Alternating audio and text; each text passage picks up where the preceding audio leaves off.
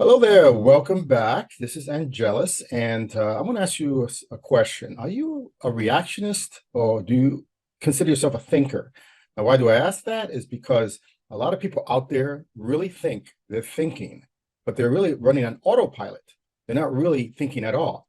But they'll try to convince everybody around them, oh, don't worry, I'm on that. Don't I have this all in control because I know what I know, and I know how to take care of a situation and respond to any kind of situation, be it a social, be it their business.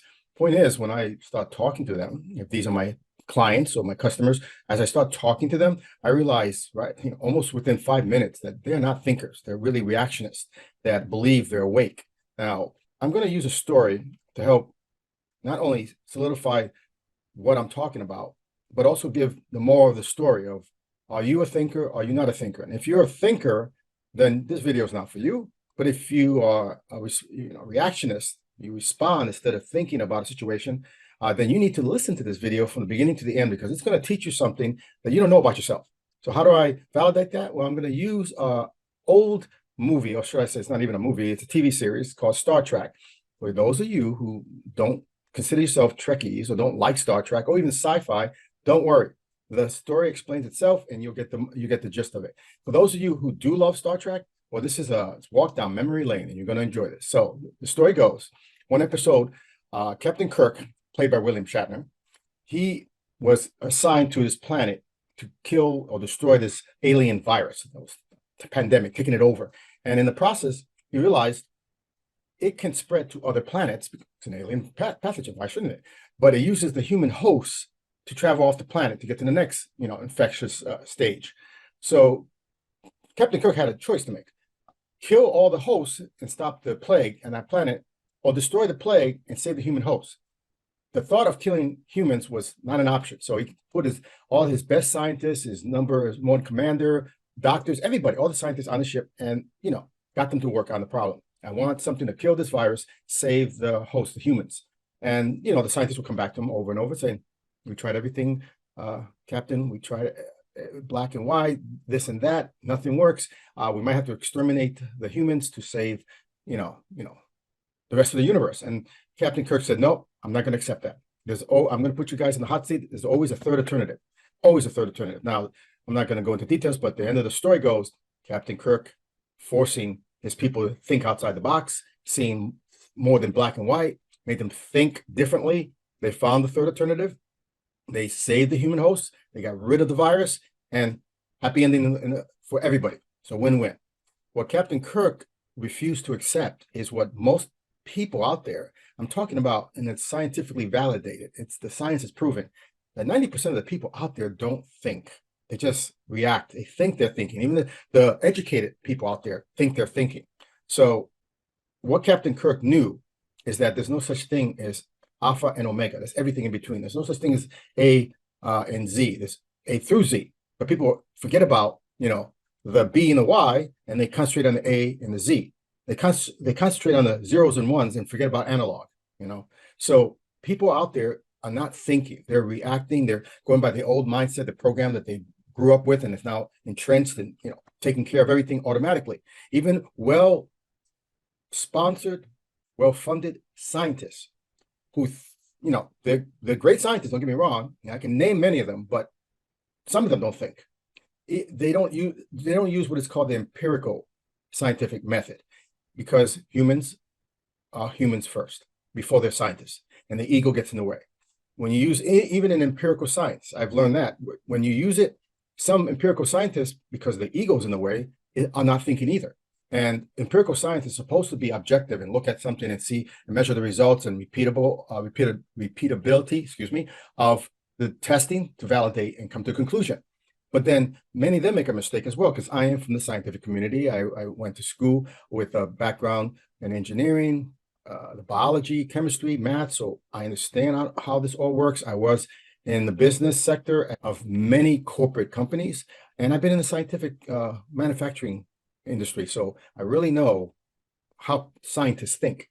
And sometimes they don't think, even though they're very educated and very smart. They still don't think because, again, they're humans. So they got to get past that ego. So how do they do it? The ones that at least know about what I'm talking about here, they say, they put aside their ego and they say in the scientific community, and at least in the empirical researching department, what if I'm 100% wrong? And they always get an answer.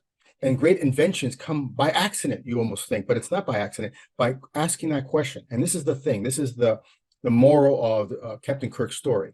There's no such thing as the lie that there's only opportunity knocks once and you lose it. That is the biggest bull crap out there.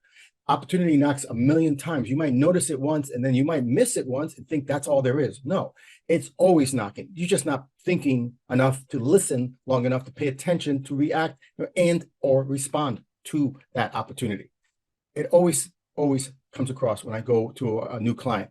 I'll talk to them. I'm attempting to teach them leadership skills, but to learn leadership skills, they need to be, learn communication skills. And I'm a communication specialist, and I use thinking properly than being told how to think. The religion of politics tells you how to think. A religion of science tells you how to think. The religion of religion, spiritual, godly religion, tells you how to think, not telling you to think for yourself, not teaching you to think for yourself. So this is all about learning how to think for yourself, Angelus. And how do I think? How do I know I'm not thinking or thinking? It's really simple. In your social life or in business, if you come to a problem, an impasse, if you come to a situation where you don't know how to resolve it, ask yourself, what's the third alternative? What is another way of doing this? I've tried and did everything I learned how to do it. Everything I've been taught about how to resolve this, I've done it. And I still have a problem. So how do you ask the universe, how do I find the third alternative? And the universe always responds, always. It's built that way. It's a well-oiled machine. It's perfect. Even Einstein said, the person who creates the problem cannot resolve the problem unless he's outside of his mind, outside the box, thinking differently. That's why he wasn't able to resolve many of his mathematical equations, and it even drove him crazy to the end of his life. But a few years afterwards, his students discovered the solution. Why? Because they didn't create the problem. They just saw a problem and thought outside the box. What's the third alternative? But here's the really cool thing about this. There's no third alternative either. There's no such thing as just three ways of looking at something. There are a billion, trillion, quadrillion ways of seeing something. So in other words, there's that many ways of other alternatives. So if you can't get it on a third alternative and it doesn't work, ask for a fourth, ask for a fifth. Edison did that. It took him almost 1,000 alternatives to get the right filament for his boat. Even Ford, who started as a humble farmer, when he was asking his intelligent, he was the Captain Kirk of his time, he was asking his engineers and scientists, I want a single block engine. Back then they didn't have them, for my upgrade to my car. And they said it can't be done. I said, I understand you believe that, but go back and try anyway. Keep trying. They kept coming back and no, we can't do it. At the board meetings, we can't do it. Can't do it. We tried this and that. And he says, that's okay.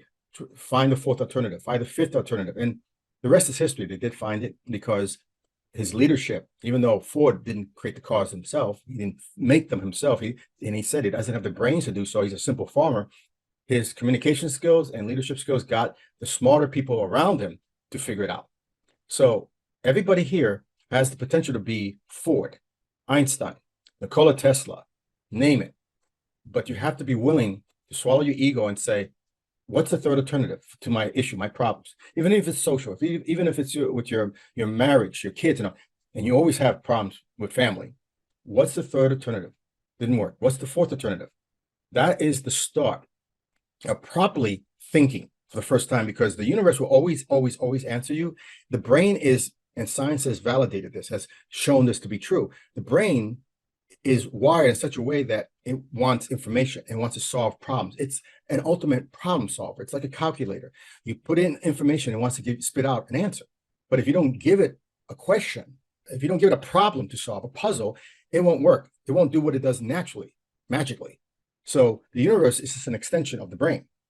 So you need to ask your brain, you need to ask the universe, you need to ask yourself, what is the third alternative when next time you come to an impasse that has no solution, or a problem or an issue that's just driving you crazy and you're losing sleep over it? You need to ask, keep asking, get beyond your ego or belief that there's only one way. There's a quote that was given to me by a person, and I'm going to read it.